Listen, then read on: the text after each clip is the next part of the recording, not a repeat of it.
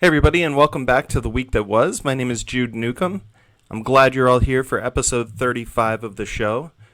As you can see, I'm not currently on screen because the situation with the new laptop and video and stuff like that still hasn't resolved itself, but that's okay. Last week I received a comment that said that the show is getting better and better, and when I was excited to see what storytelling technique I used or what story they were really happy about.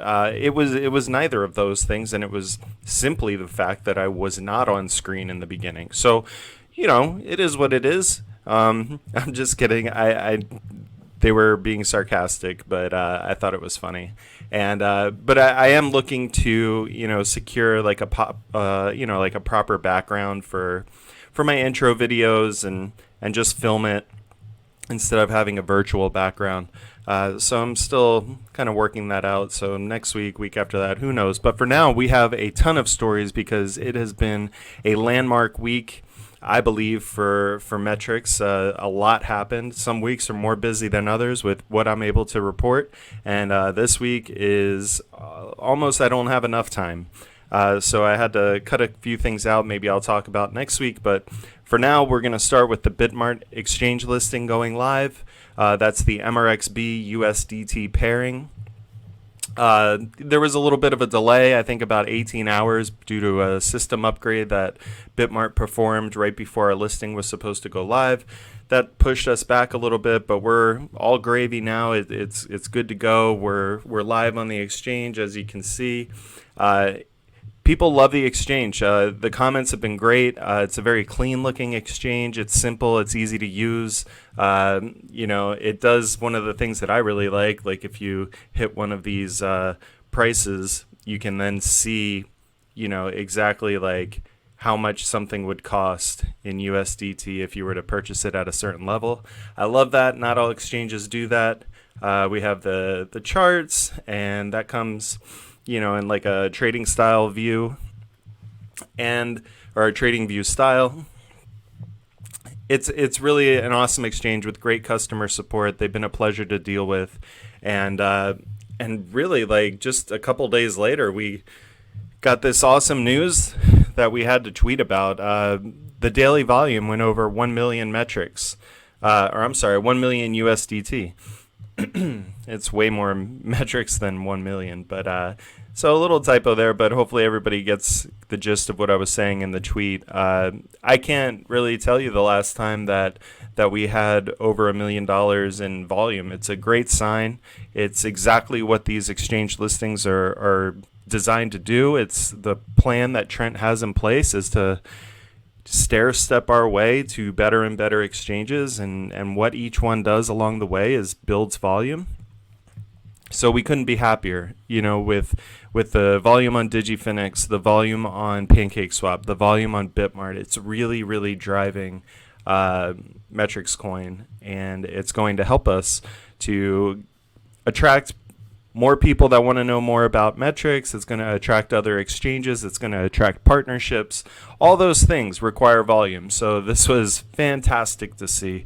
And as you can see, CoinMarketCap here, CoinMarketCap kind of shows all of the listings. As you can see, there's not only MRX, but also MRXb pairings.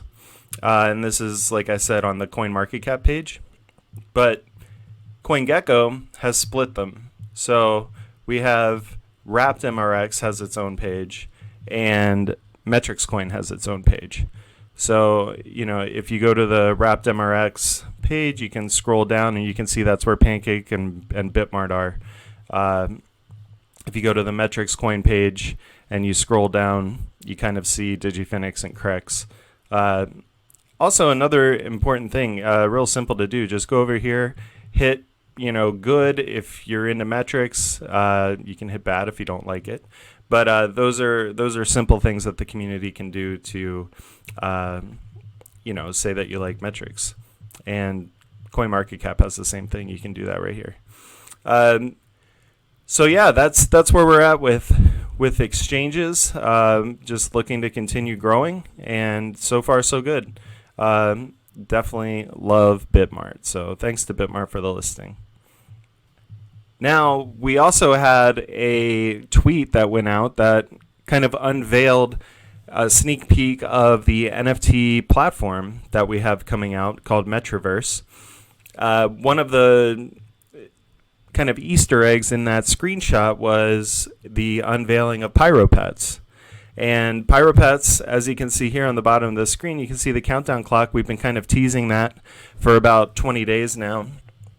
And, with about 7 days to go until this goes live, PyroPets is, I'm going to read from here. It's our NFT collectible game that's going to be deployed solely on the Metrix Coin blockchain. It is open source, and like I said, the developers for Metrix have built this. Sexy has been working on this. It's her pet project, no pun intended, and it's really cool. And what exactly is PyroPets? Well, we have a frequently asked questions section, and it's an extensible, deflationary, and completely open source collectible game deployed on the Metrix Coin blockchain. Due to the nature of MRXe 721 tokens and smart contracts in general, developers may extend PyroPets in a permissionless way. Embers, the native MRC20 token to PyroPets, may also be used in other projects if developers wish. Deflationary because 100% of Pyro generation fees through Gen 0 and stoking is burned. Members, in addition to being created by playing with a Pyro, may also be created in a ratio of 1 Embers to 1,000 MRX and are burned in order to perform customizations or feed your Pyro. Open source is straightforward. On or before the release date from mainnet, the entirety of the project will be released to the public free of charge. So I don't know if you caught that, but in order to do things with the PyroPets, it is going to require Embers, and 1 Ember is equal to 1,000 MRX. Once you do the activity that requires Embers, the MRX and the Embers are gone. They're burned. So this is a deflationary NFT collectible game. In order to boost, your activity in the game, it requires Embers, and like I said, Embers require MRX, and when MRX is transferred to Embers and then the Embers are then used, the Metrix is gone forever. So this is one way that we can cut back on the total supply of Metrix. And what can you do with a Pyro? The core version of PyroPets allows for generating, customizing, stoking, which is breeding, playing with, feeding, and auctioning Pyros. Playing with Pyros generates Embers, like we talked about, and the native MRC20 token is used to pay for customizations provided by the core contracts. Pyros can be burned in order to gather Embers for unwanted Pyros. And there are planned extensions for PyroPets that will increase their functionality. And since PyroPets is open source and extensible, any developer can choose to extend and use Pyros or Embers in their project. And so, like we said, this is a collectible NFT game. And so how many different Pyros will there be? There are 32 sets of eyes and 32 snouts. This means that there will be 1,024 different combinations for the Gen 0 Pyros. And since there can only ever be 16,384 Gen Z Pyros, this means if all traits are equally distributed, each Gen Z Pyro would be one of 16. But due to the fact that this distribution may not be equal, certain traits may be more or less rare than others once you reach that 16,384th Pyro at Gen 0. Pyro offspring get their traits from their donors. That would be, how they're created. This means that there can be multiple Pyros that look the same but have different ID and parents. Their colors can be customized, the names can be customized, both of those using Embers, which come from MRX, and then once those customizations happen, the MRX is gone. And how many Pyros exist? There's no limit. However, there is a hard limit of 16,384 Gen 0 Pyros. How do you get one? You can bid on auctioned pyros using the built-in auctions, or you can generate a Gen 0 pyro through the web app or through interacting with the contract directly. In order to generate a Gen 0 pyro, a fee of 100,000 metrics must be paid to the core contract, which is then burned.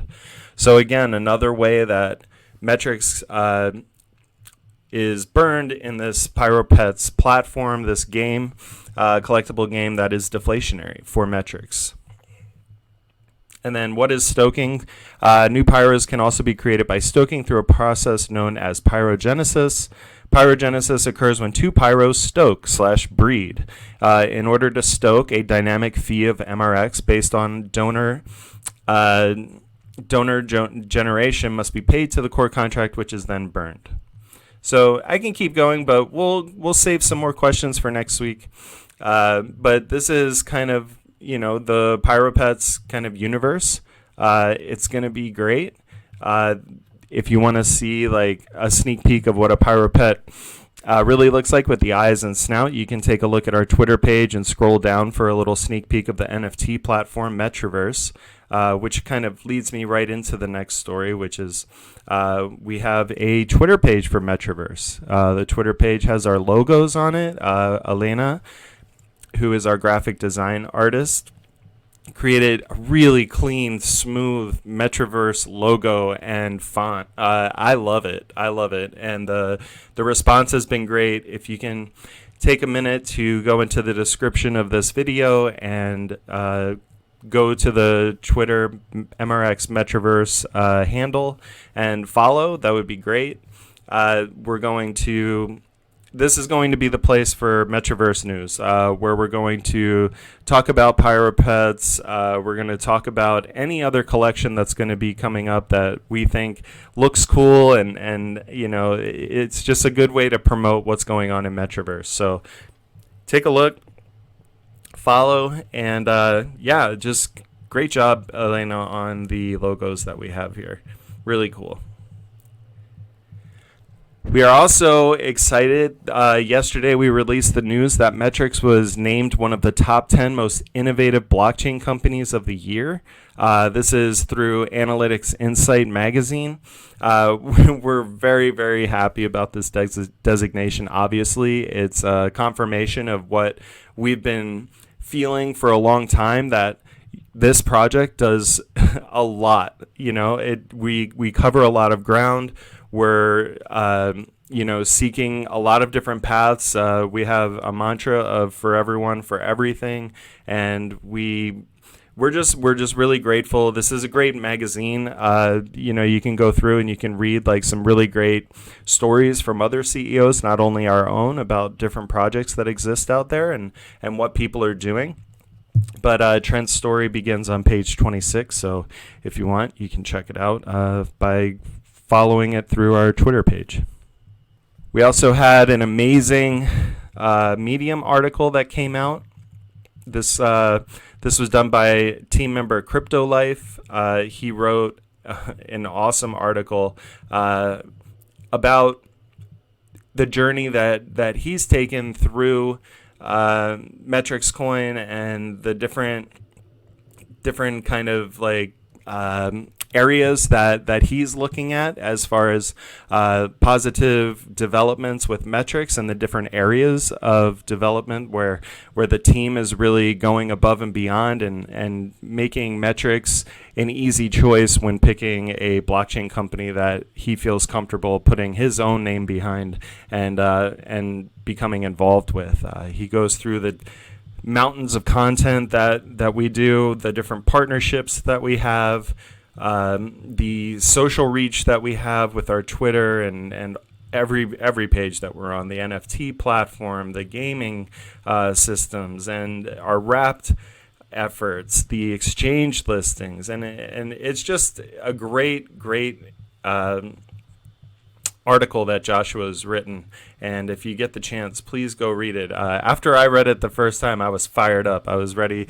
I was like, how do I join Metrix Coin? And I was like, oh, I'm already on the Metrix Coin team. So he did a great job. If you get the chance, once again, go to our Twitter page and scroll down a little bit until you see the link for this Medium article. And what a boost. Last week, I think we were in the 200s. This week, we are alt rank. Here it is right here. Alt rank 111 Metroids. 111. That's incredible. That means that our social media presence is ranked 111th out of every crypto project that they measure for their Lunar Crush platform. That's 3,334 projects. We are 111th. And it doesn't take a genius to go back and look at CoinMarketCap and say, oh, our market cap rank is 1,099, but our social media rank is 111.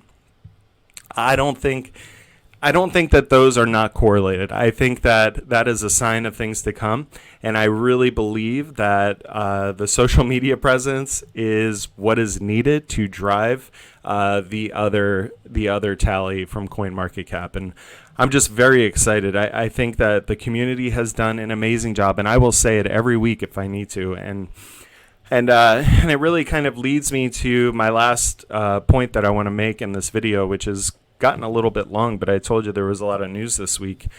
This community is unbelievable.